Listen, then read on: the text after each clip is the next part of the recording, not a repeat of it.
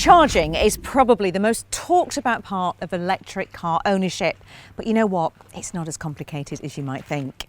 I agree, because actually all you have to do is plug in and wait. That was a short video. You really struggle with your attention span at times, don't you? What? Okay. I think we better hand this one off to our reporter on the front line of charging, Nikki Shields.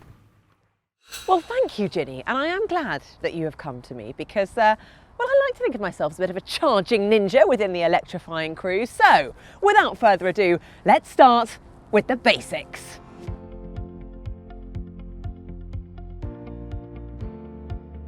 Let's start with the science part because there are two ways of charging, AC and DC. AC stands for alternating current, which effectively means slow. Then DC stands for direct current, which means rapid. Now, it makes sense because when you're at home, you'll be using AC charging, which can take hours, or you'll probably be charging overnight if you're actually at home.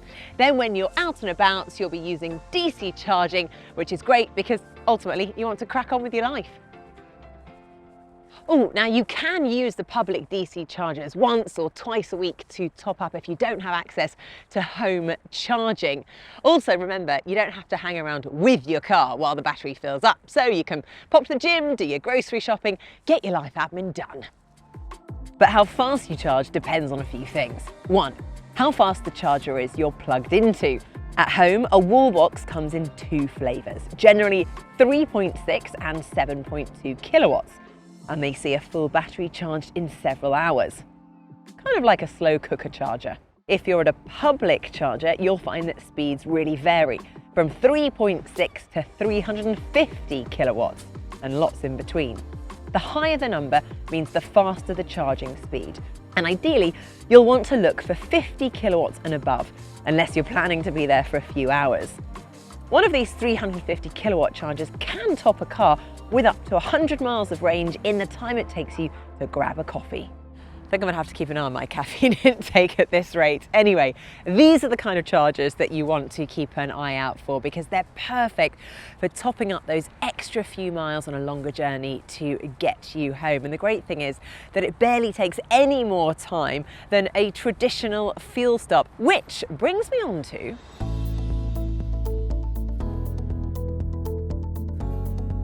how long it takes to charge any kind of car will mainly depend on how big your battery is. The bigger the battery, the longer it takes, obviously. But you don't need to completely charge the battery all of the time, as most of the journeys you'll do will be surprisingly short. If you don't need the full range, then just charge up to 80%, and that will help the health of the battery cells. Also, it takes a disproportionately longer time to charge that last 20%.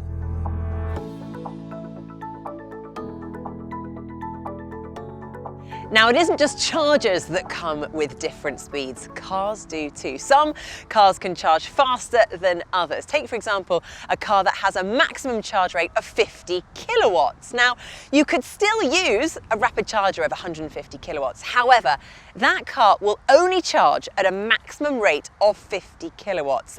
Therefore, if you're paying for a rapid charger, you're not really getting the benefit, so it doesn't seem like there'd be much point in spending the money. Now, some cars do come with bigger batteries. Bigger batteries do have the option of having faster charging. But once again, if that's not something that you're going to be using on a regular basis, it might not be worth the investment.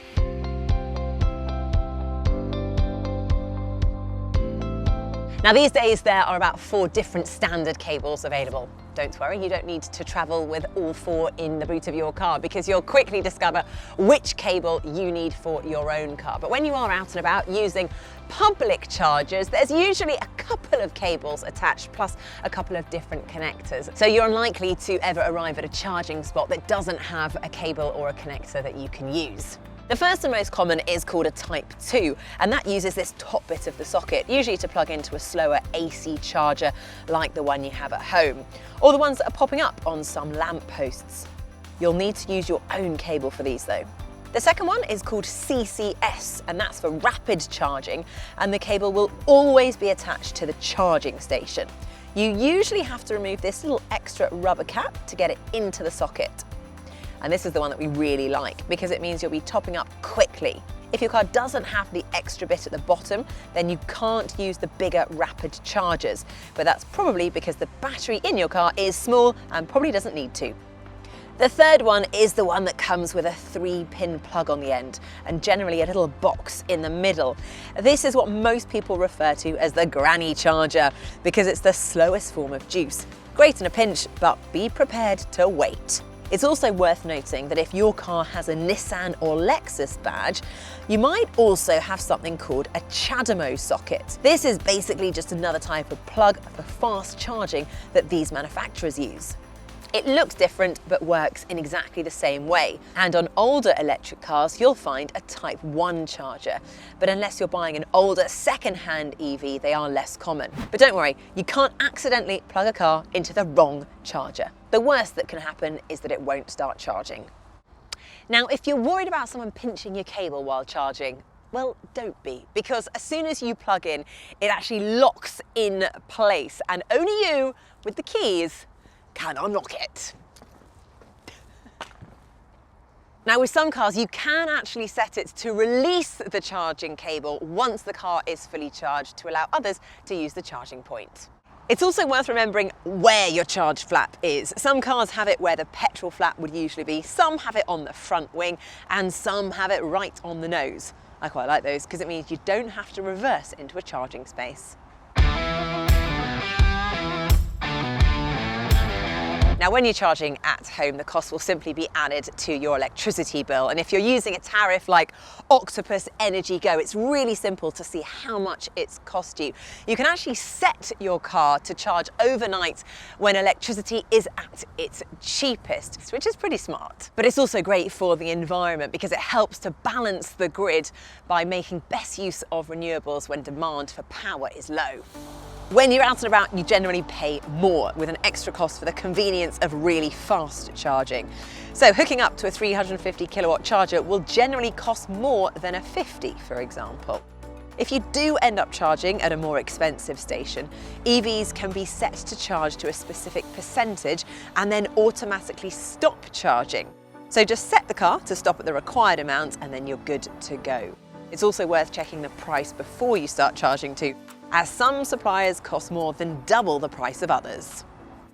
Now, much like fuel stations tend to be run by a whole raft of different companies, the same applies for charging stations. So there are different brands out there. They all do charge slightly differently, but don't worry, it is still the same electricity. Octopus Energy has a scheme called Electric Juice Network, which does exactly what it says on the tin.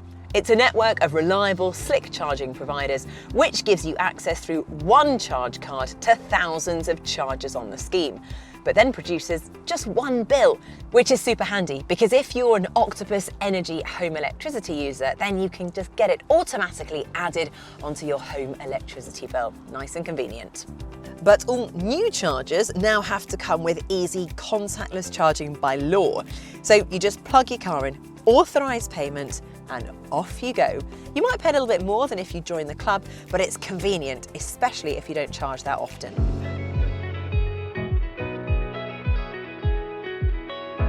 There are more and more chargers popping up all over the place, which is brilliant news. However, if you're doing a longer journey, just for peace of mind, it is worth doing a bit of planning. Fail to prepare and prepare to fail. Couldn't be more true when it comes to driving an electric vehicle. The good news is there are plenty of apps to help you with this. They show you stuff like where the chargers are from all different companies, how fast they are, and whether they're currently being used. Some will even plot your route via the most appropriate charger according to your car and its range. The more general ones that we really like include ZapMap, a better route planner, and WhatsApp. Now, some cars actually come with their own navigational systems, but they tend not to be quite as up to date. Although chargers are getting more reliable, it's worth having a backup plan in case it's broken or occupied when you get there. You don't want to be rolling in on 0% to find the only charger is broken. And that is the basics on how to charge an electric car. Hopefully you found this little guide useful, but if you do want to know more, then please pop over to electrifying.com where we have lots more information on everything electric.